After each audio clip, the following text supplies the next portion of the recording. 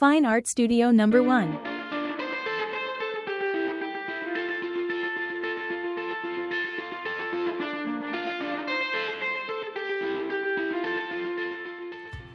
Okay, so I am going to share the studio project. All right, so you should see our studio on your screen. So again, Fine Arts, this is our first studio, so we're going to click the first studio.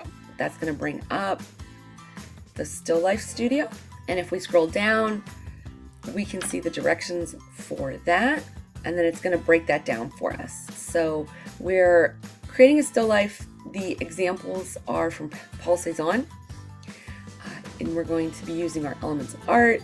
We're going to be creating a couple thumbnails, meaning sketches, and you're going to choose 3 or more real objects for that. And then you're going to arrange them in an overlapping group on a table.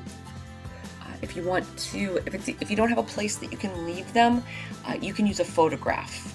If that's setting them up and leaving them somewhere is not an option. You're going to sketch your chosen arrangement based on the shapes and strong compositions. So you heard in our little demo prior to this one talking about using shapes for our drawings and breaking everything down into those shapes. And you can see there's an example here. You're looking at bananas here. And then there's just the different parts of your rubric there. And then there's just a couple different more information, another breakdown on the project there, and then some vocabulary for you, and then materials needed. And then there's links to those items here as well.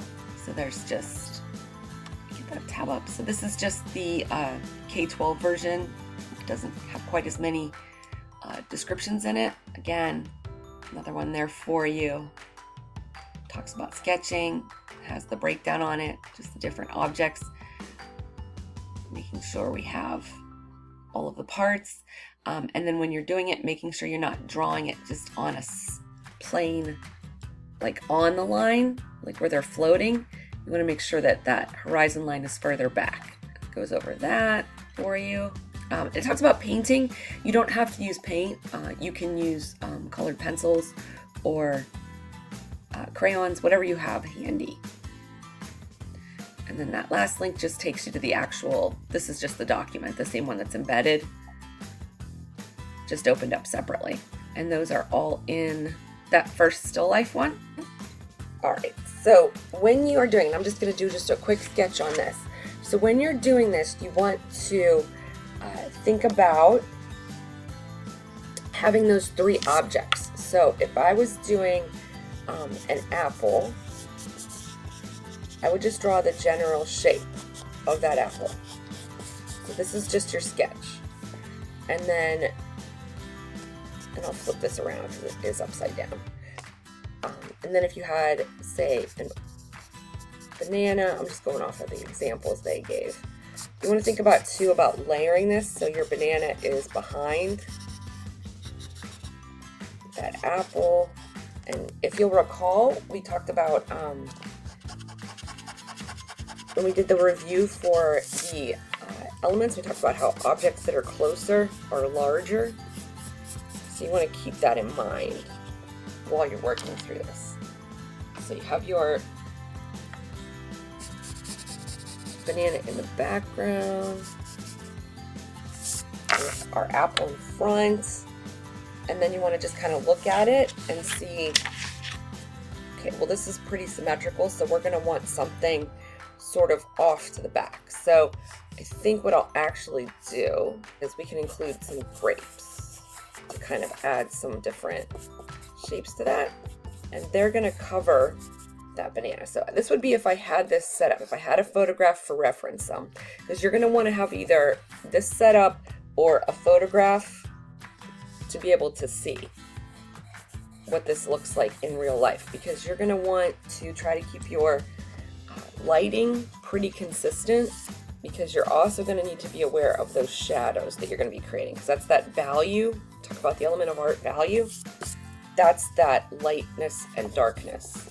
So All right, so we'll just do that as just our quick sketch. So that is our 3 objects. So our 3 things in this one are going to be our apple, our banana, and our grapes. And then this is what you're going to share at your tables with your table mates. So let me just turn that around so you can see it better. So that's what you're going to share at your table with your table mates, to let them see. And then everyone can give each other feedback on that. If you're looking at a couple of different pictures, you can share those pictures with each other and see what, hey, what do you guys think? Does anyone think I should do something different? That kind of thing. All right, so then what you'll do once you have your shapes in here, and you have your general shapes, you're gonna clean up some of those lines. Make sure you use pencil when you do this sketch, something that's erasable. So if you have erasable colored pencils, that's fine. Right, you're gonna work on them in here, yes. Your final project will get turned in to the course, and then we'll just do checks in here in the class. So the next thing you need to do is decide where your light source is. So I'm gonna, and you can even do this when you're first starting, you should not be expected to be able to visualize this. So I'm gonna make that my light source. And you can even draw one for yourself to kind of think. And then light just runs in a direct line. So light's gonna hit all of those parts. So it's not gonna hit underneath areas. It's not gonna hit under here. So you wanna think about where is it going to hit, because those will be the lightest colors. And then what is gonna be behind it. So anywhere that light isn't gonna hit, you're gonna come in and try to put some shadows in. And the less light, the darker the shadows. So the underneath of this banana is not gonna get much light. Back here, again, not gonna be much light. And when you're doing your shadows, you don't wanna just go like that. Like, that's not what a shadow is what it's gonna look like. One of the best ways to do it is to do very small circular motions and build it. So if you were doing makeup, you would layer the makeup. If you were painting, repairing a car, painting it, you would do, if you have the spray can or the airbrush machine, you would go back and forth and layer it one over the other until it got thicker. So think of it the same way. So we're gonna just come back here. We're gonna keep doing, and I'm just doing this really quick. Obviously, you're gonna take some more time on this than I am. Okay, so I'm just putting some of those shadows in there. And then if you'll recall, in that picture it said, we're not putting the line here, okay, because then our banana would be floating. So we wanna actually, this is the top of our still life, and that's the bottom. So you can see. We wanna put it about 1/3 of the way down. So that's gonna be the edge of our table. So about 1/3 of the way down. Then, because our light's here, for underneath, this is where you can do straight lines but you're still making them sort of sketchy, like, and layering. You can come in and you're basically following the contour of your objects. So you're basically following that same contour. It's a little bit hard to see. But I'm gonna follow the contour of those objects I already drew.